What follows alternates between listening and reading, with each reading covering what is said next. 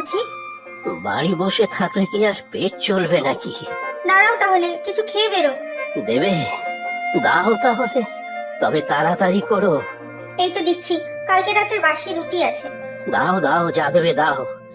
না হলে এক কাজ করো, খাবারটা বেঁধে দাও দেখি, আমি রাস্তায় খেয়ে নেব। ঠিক আছে, তাই দিচ্ছি।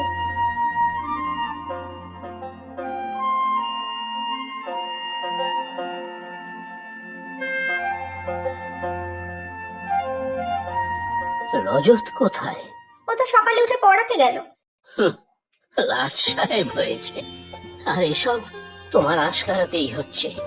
কি ভেবেছ আমি কিচ্ছু বুঝি না? তুমি কিন্তু আমাদের ছেলেকে ভুল বুঝছো।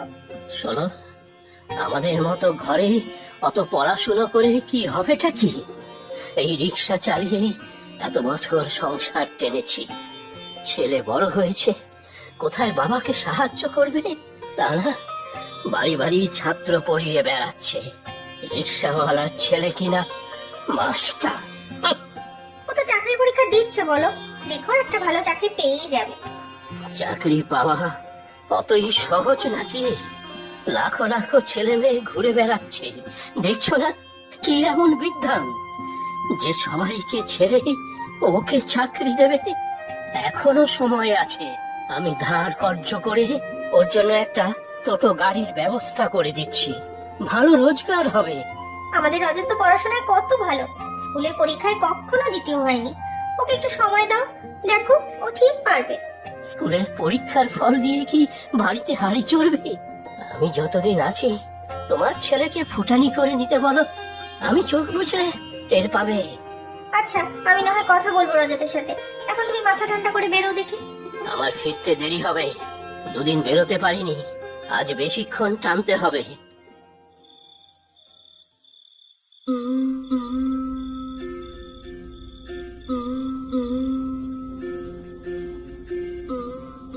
কিরে, রাত তো অনেক হলো, খাবি চল।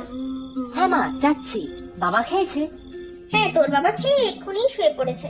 আজ বেশিক্ষণ রিক্সা চালিয়েছে, বয়স হয়েছে তো, তাই ক্লান্ত হয়ে পড়ে। সত্যি বাবার কত কষ্ট মা, তোমারও তো তাই। তুমিও বা জেগে আছো কেন? খেয়ে শুয়ে পড়ো।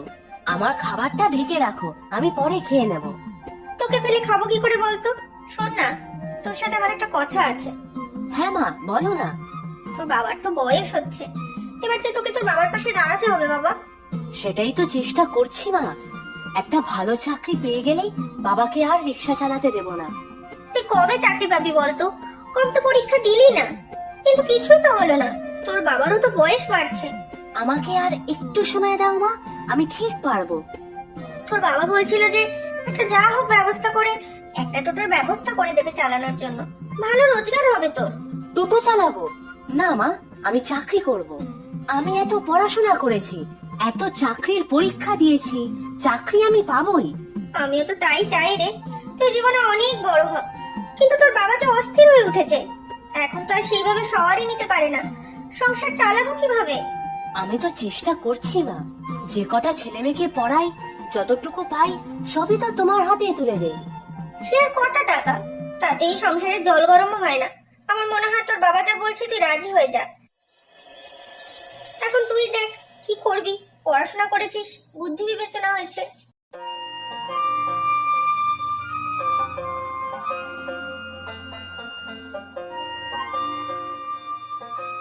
আরে কাকা, কি খবর? অনেকদিন পরে তোমাকে দেখলাম। হ্যাঁ, আছি ওই আর কি। তোমার ছেলে রজত তো পুরো ফুলবাবু হয়ে উঠেছে, আমাদের সাথে মিশতে চায় না। সেদিনটাকে কথা বলতে গেলাম, দু এক কথা বলে এড়িয়ে গেল। ওকে নিয়েই তো আমার যত চিন্তা। তা তোমার ফুলবাবু তো ছাত্র ঠেঙিয়ে বেড়াচ্ছে, আর তুমি এই রোদের মধ্যে রিক্সা টেনে বেড়াচ্ছ। রজত চাকরির চেষ্টা করছে বটে, দেখি আর কটা দিন। আরে ধুর ধুর, রাখো তো তোমার চাকরি। চাকরি কি মুখের কথা নাকি? ব্যবসা করতে বলো, ব্যবসা। আমিও তো তাই বলি, আমাদের মতো ঘরে অত পড়ালেখা করে লাভ কি? পরে তো আমার মতোই রিক্সা টানতে হবে। তা আজকালকার ছেলে তো রিক্সা টানতে লজ্জা পায়, ওকে একটা 4 চাকার গাড়ি কিনে দাও। আমরা দিন আনি দিন খাই, অত টাকা পাবো কোথায়? আমরা আছি কি করতে? এক গ্রামে থাকি, গ্রামের লোককে সাহায্য করাই তো আমার কাজ। আমি বড় দুশ্চিন্তায় থাকি ছেলেটাকে নিয়ে। দেখ না, যদি ওর ভবিষ্যৎটা সুনিশ্চিত করতে পারিস, তোর কেনা গোলাম হয়ে থাকবো। না না, অতটা করতে হবে না। তুমি শুধু তোমার বসত বাড়িটা আর পিছনের জমিটা আমার কাছে বন্ধক রেখো, টাকা আমিই দেবো। বাড়ি বন্ধক? জমিটাও যে রেখেছিলাম অসময়ে কাজে লাগবে বলে। বন্ধকই তো রাখবে, আমি তো আর নিয়ে নিচ্ছি না। তবে হ্যাঁ, সুদটা কিন্তু একটু চড়া দিতে হবে, বুঝতেই তো পারছো এতগুলো টাকা। না হে, বাড়ি বন্ধক দিতে মন সায় দিচ্ছে না। সে তোমার ব্যাপার, তোমার ছেলেকে নিজের পায়ে দাঁড় করাবে কিনা সে তুমি বুঝবে। আমি ভালো মনে সাহায্য করতে চেয়েছিলাম, এবার দেখো তুমি কি করবে। চলি এখন। আমি তোকে জানাবো, ছেলেটার একটা গতি হলে বাঁচি। আমি চোখ বুঝলে এখন যেটুকু ডাল ভাত জুটছে তাও জুটবে না।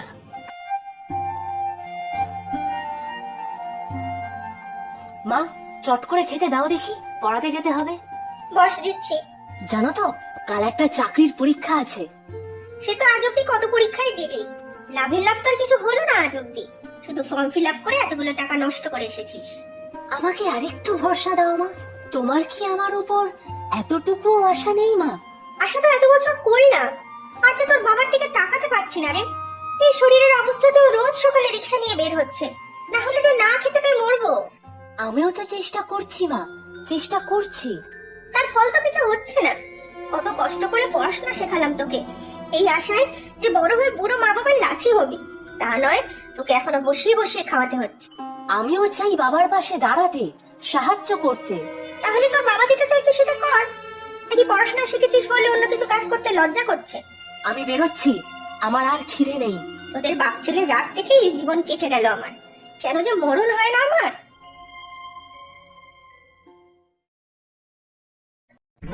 কি গো, একটু ভালো লাগছে এখন?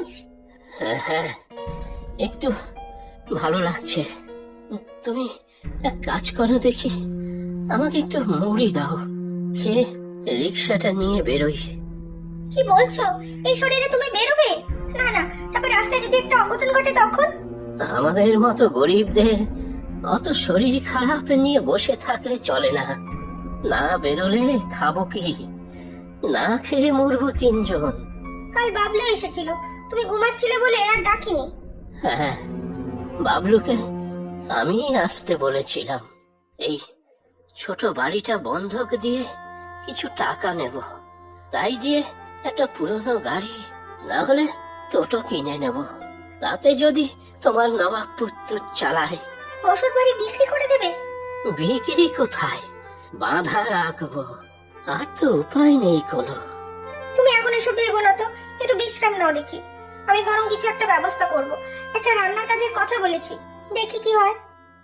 আরে রজত যে, আমাদের গ্রামের পড়ালেখা জানা বেকার। এসব কথা রাখো।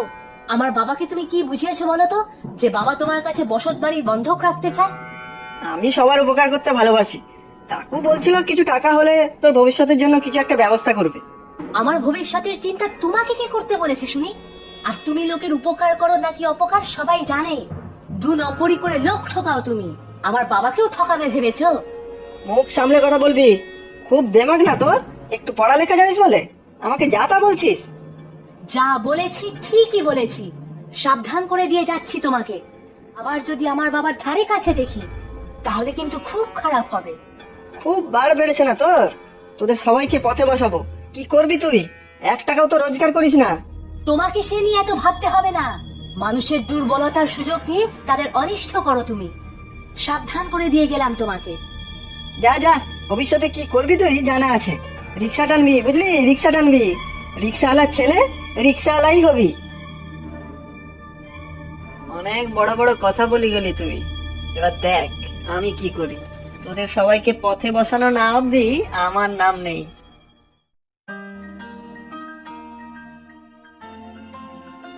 কি রে রজত, আজ এত সকালে কোথায় যাচ্ছিস? একটা দরকারি কাজ আছে মা। তোর বাবার কিন্তু শরীরটা আজকেও খারাপ, একবার ডাক্তার না দেখালেই নয়। আজই বাবাকে ডাক্তার দেখাতে নিয়ে যাব বিকেল বেলাতে। এই কাজটা আগে সেরে আসি। কি যে হবে কে জানে। ওদিকে ওই বাবলু রোজই আসছে, হায়নার মতো ঘুরে বেড়াচ্ছে আমাদের বাড়ি আর জমি দখল নেওয়ার জন্য। বাবা কেন কথা বলে ওর সাথে? আবার এলে দূর করে দেবে। বাবা কেন কথা বলে জানিস না?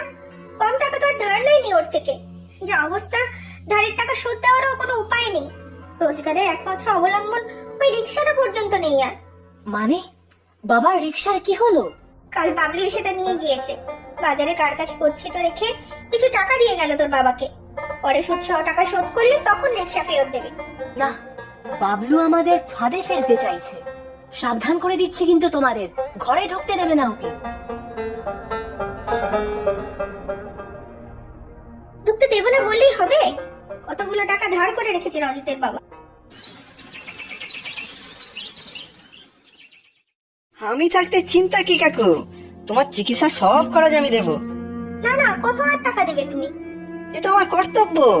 সমাজ সেবা আমার জীবনের ব্রত, বুঝলে কাকিমা? সমাজ সেবা। রিক্সাটা কবে ফেরত পাবো বাবলু? ওটা না হলে সংসার চলবে কি করে? সে সুদ সহ টাকা দিলেই পাবে। তবে টাকা কোথায় আর তোমার? সুদই দিতে পারবে না তো আবার আসল। তার থেকে আরো কিছু টাকা দিচ্ছি, আর আজ ডাক্তারও দেখিয়ে দিচ্ছি। রোগ ভোগে টসকে গেলে আর রিক্সা কে চালাবে বলো? রজত তো আবার অফিসের বড় সাহেব হবে। রজতের কথা ছাড়ো তো, কত টাকা দিলে রিক্সা ফেরত পাওয়া যাবে সেটা বলো। সে অনেক টাকা। তার থেকে বাড়ি জমি গচ্ছিত রাখলে অনেক বেশি টাকা পাবে। রিক্সাও ফেরত পাবে, সঙ্গে আরো নগদ টাকা। না না, বাড়ি জমি গচ্ছিত রাখবো না। এছাড়া আমাদের তো আর কিছুই নেই। তা ভেবে দেখো কাকু, যা বলছি তাই করলে রিক্সা ফেরত পাবে, চিকিৎসার টাকা পাবে, ছেলের জন্য একটা ছোটখাটো গাড়ি বা টোটোর ব্যবস্থা হবে। উফ, জীবন পুরো পাল্টে যাবে তোমাদের। এটাই বুঝি ভবিতব্য লতা, এটাই ভবিতব্য। এবারে বুঝতে পেরেছি, আর কোনো আশা নেই লতা, আর কোনো আশা নেই।